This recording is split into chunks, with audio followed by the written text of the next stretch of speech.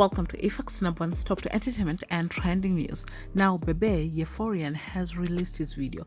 I don't know, guys, if you have watched it. Definitely, we broke down Nairofey's video. In my opinion, after watching her video, I felt that she was honest based on the chronological events and also how it was tallying with what was on her YouTube.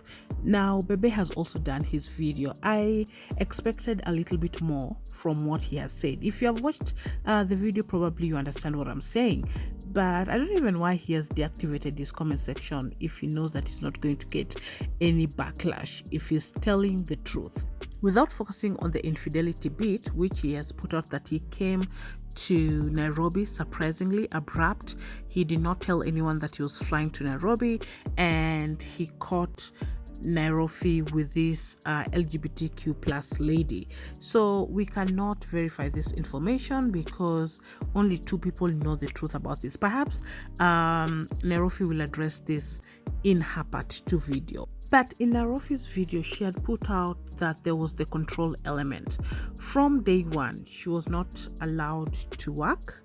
This was because Bebe had promised to organize a job for her in the UN. He has not addressed if he had lied to her about working for the UN, living in New York, and then later changing his story to being in Russia. That he has not addressed. The other thing is about the YouTube channel. He has put out that he has a money trail, the receipts to everything that he bought, the electronics.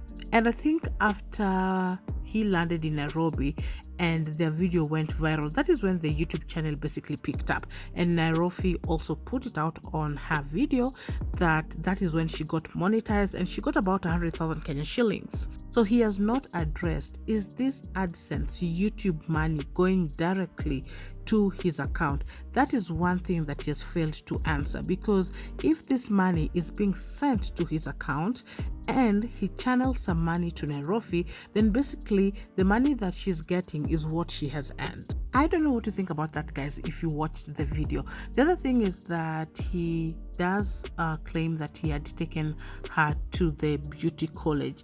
I think that one we can give it to him because Nairofey had also shared that she actually went to Ashley's, but at that time the YouTube channel had not picked up yet. So we can say that he used to support her, and Nairofey also did admit that he used to do that. She did mention that he is the one who asked her to move out, so she did accept that he used to help her in the beginning. And in fact, she even said how excited she was moving to the 15,000 Kenyan shillings house in Kino. That was a big deal for her after all that she had gone through. But what we keep getting from Bebe Euphorian is that he picked her from the streets. She was homeless. I think he needs to clarify for us, what does it mean she was homeless in the streets? Because from what we get, Nairofey had her sister.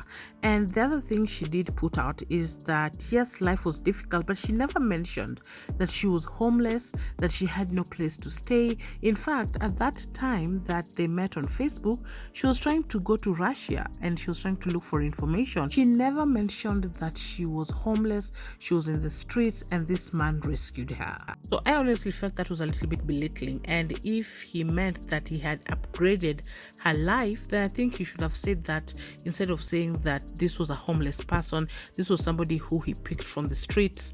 Yet Nairofey says that she decided to hustle during those times, that things were very, very difficult. And I remember Nairofey also covered the issue of not being able to go to school because COVID hit, and that is the beauty college, Ashley's. And she decided to open a YouTube channel because she was watching several YouTubers and she felt that she can do this as well. But Bebe is saying that he is the one who suggested that she opens the YouTube channel.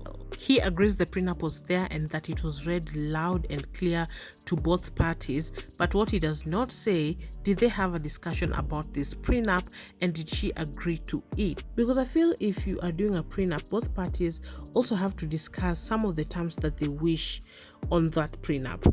And Nairofey, from her side of the story, she was called to an office, they went together, so she never had a say to the terms of this prenup. Perhaps then she would have put out whatever earnings that they get from YouTube. That is, if he participates, maybe it is 50-50. The content that she creates alone, that is hers. And if they are going fully 50-50, then whatever he earns on his end is 50-50, and whatever she earns on her end is also 50-50. So I think the financial bit is not so clear. Maybe he will address that in his part 2. The control element that he has not addressed as well, as Nairofey had put out that she was not allowed to be home past 6:30. He was isolating her from her sister. She even started lying to her sister over some issues about her relationship. So such things he has not addressed at all. Guys, if you have watched that video, let me know in the comment section what your thoughts were about it. I feel like the very deep allegations or accusations that were thrown at him, those he did not address at all, especially when you're labeled as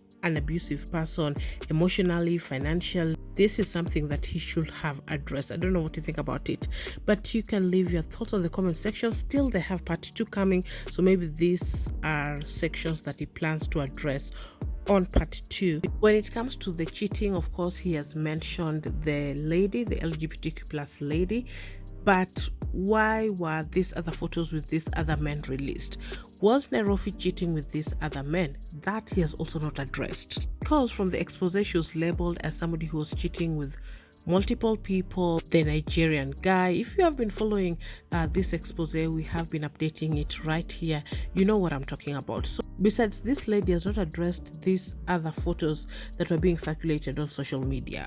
And so the notion that was being perpetuated out there was that Nairofey, somehow her lifestyle that she was having right now was also being financed by other people. But according to Bebe, what he has put out, if you follow the money trail, the transactions, her lifestyle will tally with what he has been sending. So nowhere did he say that he was sending money, yes, but it was not tallying with the lifestyle that she was living. Basically, what he has put out is that he was the one who was doing all these things. In fact, he does mention that the money that Nairofey gets is not that much and cannot sustain that lifestyle, and also he does put out that YouTube does not pay that well.